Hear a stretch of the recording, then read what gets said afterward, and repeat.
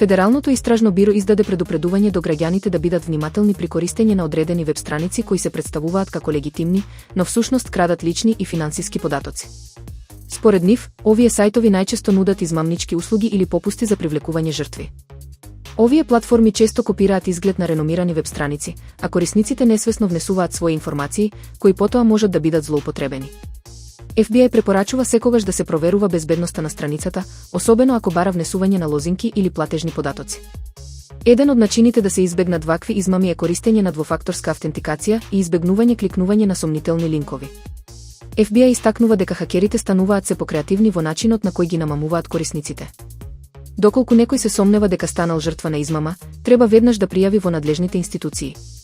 Граѓаните се повикуваат да бидат внимателни и да не се доверуваат на веб страници со непознат или сомнителен извор.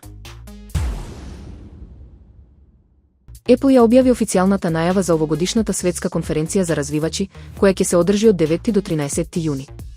Настанот ќе биде онлайн, со можност за ограничен број на програмери да присуствуваат лично во Apple Park. На конференцијата се очекува компанијата да ги представи новите верзии на iOS, macOS, watchOS и други оперативни системи. Според шпекулациите, голем фокус ќе биде ставен на вештачката интелигенција и новите можности што ќе ги донесе во екосистемот на Apple. Светската конференција за развивачи традиционално е местото каде што Apple ги објавува најновите софтверски подобрувања и новитети за програмерите.